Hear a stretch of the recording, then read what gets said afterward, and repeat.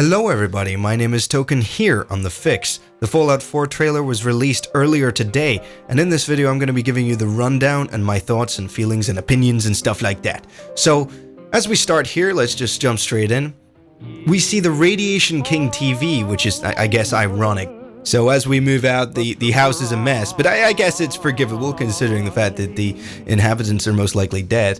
Oh, and here we see it switching back to just before the nuke hit, giving us also a glimpse of the media discussing the growing war. Then it cuts back to the comfortable wasteland in which most people are dead, and we have a dog walking in. So I'm assuming that isn't dog meat, considering the fact that we are in a different location from the DC area, and I'm not sure about the breed and whether it's the same, but it does have a very similar appearance.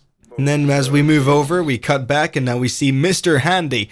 It also gives us a glimpse of some of the other oddities in this alternate universe. I mean, over there we have very shiny blue surfaces and an odd arm over to the right near the kettle, which looks like some form of whisk, perhaps?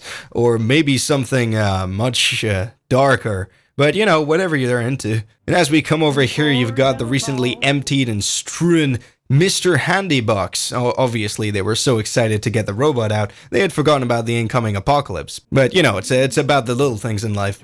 So as you can see, this is a degraded hallway, but I do assume that it's probably quite far away from the blast, considering, well, you know, the house is still there. Now we're actually moving into what appears to be, it's a baby's room with the family, and at this point, they were probably going to be getting ready to leave. And now at this point, the family are racing out of the house after hearing about the imminent nukes. Bet you wish you got a space in the vault now, eh? Eh? Now we cut to the streets in panic with what appears to be a vertibird overhead, which was used by the Enclave in Fallout 3. And now people are probably trying to evacuate to the nearest vaults.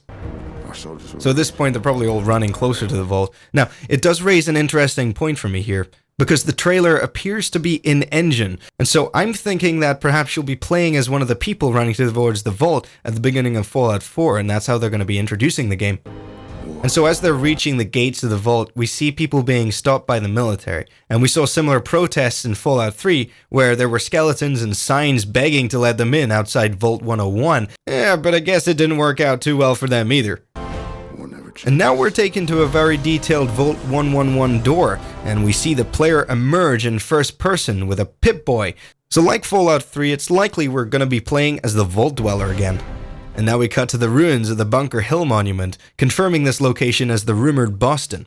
And around it, it appears people have built shacks. So this could potentially be a raider hideout, or perhaps maybe a settlement. And then it cuts to a large ship. That's a nice large ship. And now an urban street with a rather shady character. And to the left, a place called the Memory Den. So it's unlikely they're going to be serving anything too strong. Or, you know, maybe it's just irony. Maybe chloroform's on the menu. We'll be seeing the Brahmin return. Yay! Everybody loves the Brahmin. And, you know, of course, a house underneath the electric pylon. Although, I doubt it gets too much power. Now here we're seeing silhouettes of two fairly bulky figures, one of them with big arms, although I'm not so sure that's power armor. You know, maybe just skip leg day. But having said that, one of them could be a raider, the other one a super mutant. I'm thinking the one on the right. It's hard to tell from the silhouette. And here we see a Protectron roaming in front of a damaged Boston, which looks rather modern, I gotta say. You know, it's a really colorful environment.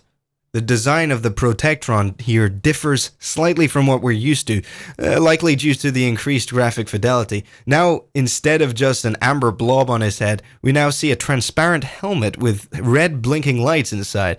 Next, there's the giant Mirelurk, which will no doubt be hunting for its radiation-infused meats. Hey, it's the best meat out there. It appears to be roaming on what is likely the dried Charles River, with a human settlement next to the bank. And then we cut to a dog roaming underneath the highway. The little starving dog. Yeah, he'd probably kill you. This is a creature straight from the depths of hell, you can tell by its horns. So it seems as though we'll be able to reach pretty close to ground zero. You can tell that this is probably quite close to the blast radius, considering the fact that it's all orange and hazy. I'm liking the depth of field effect here, though. It's a vertibird! It seems we'll be returning to shopping malls, and of course the friendly inhabitants within. This right here looks like a Megaton 2.0. Wonder if we'll be able to decimate this one too. You know, a big button there that kills everyone. We see iBot's return, and of course the Swatter's custom baseball bat store, which I seriously doubt it sells just baseball bats now. But maybe baseball bats with giant screws drived in. Along from the sign, you see a poster that says Enlist, and then a slightly darkened figure on it.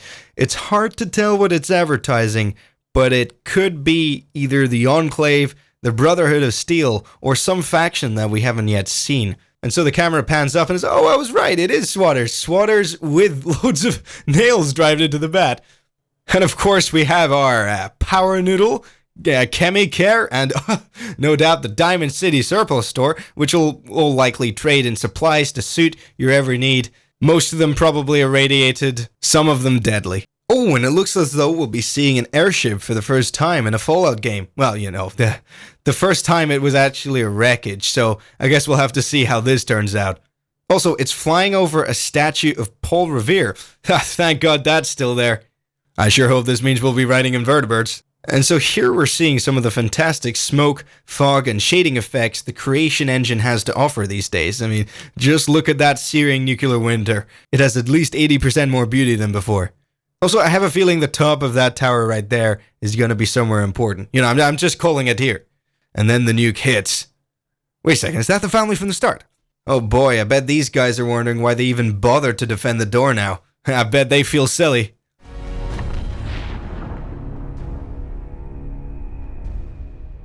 And now finally we return to the dog and our beloved power armor, you know, with the Pip-Boy modification. And then here comes us, ready to fight the wasteland ahead. I think the detail in this trailer is amazing, and I'm absolutely excited for this game. So my name is Token here on The Fix. Make sure to check out the complete trailer without my voice if you haven't already. Also, if you enjoyed this video, I would hugely appreciate a like. It really helps, guys. Thank you so much for watching, and I'll catch you next time.